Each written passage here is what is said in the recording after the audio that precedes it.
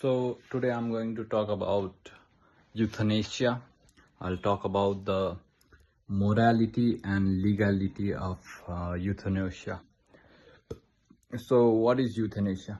So euthanasia is called ultimately assisted suicide method where an expert doctors help a person commit uh, unalive themselves painlessly. So the debate of choice of lives of one's individual is inclined to himself is a long facade in the philosophical, religious and legal world, where some view as life and death the ability to take one's own life as their own personal freedom, while other view as such should be illegalized, demoralized and also criminalized at all aspects.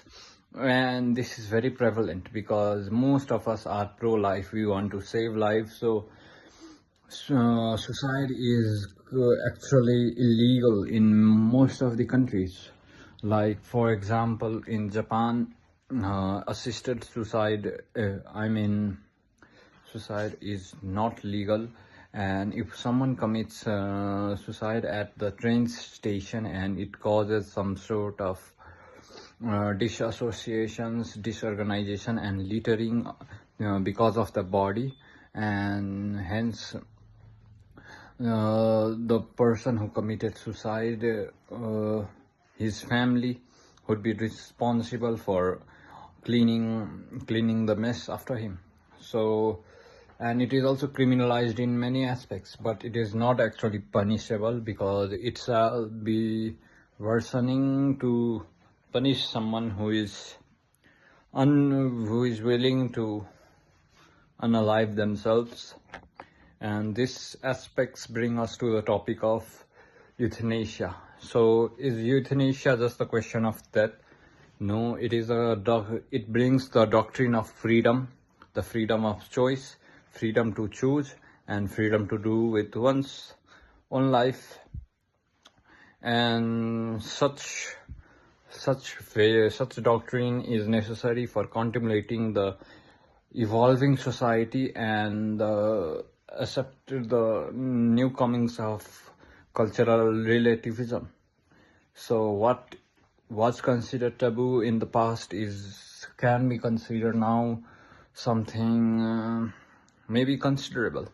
So recently a physical healthy woman of Netherlands applied for euthanasia, and because she was physically fit and only mentally unwell, many pro-life organizations tried to accuse her, belittle her and harass her for trying to make some choice, and she was rejected multiple times.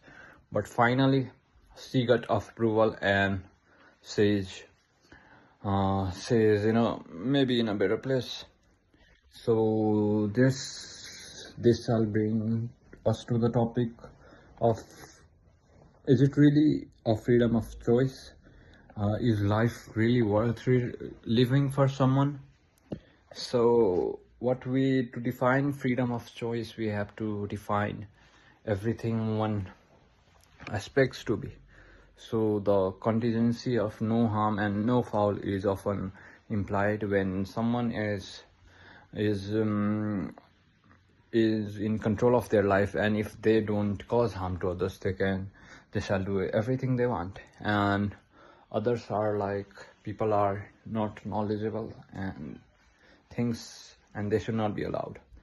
But the question of suffering comes, and that is deep rooted through one's brain and exists in someone's mental capacity, and they might not be psychologically be disabled, but might be suffering only from prolonged mental illness. So all this sort of aspect would bring us to whether he or she will be helped by the process and can gain comfort.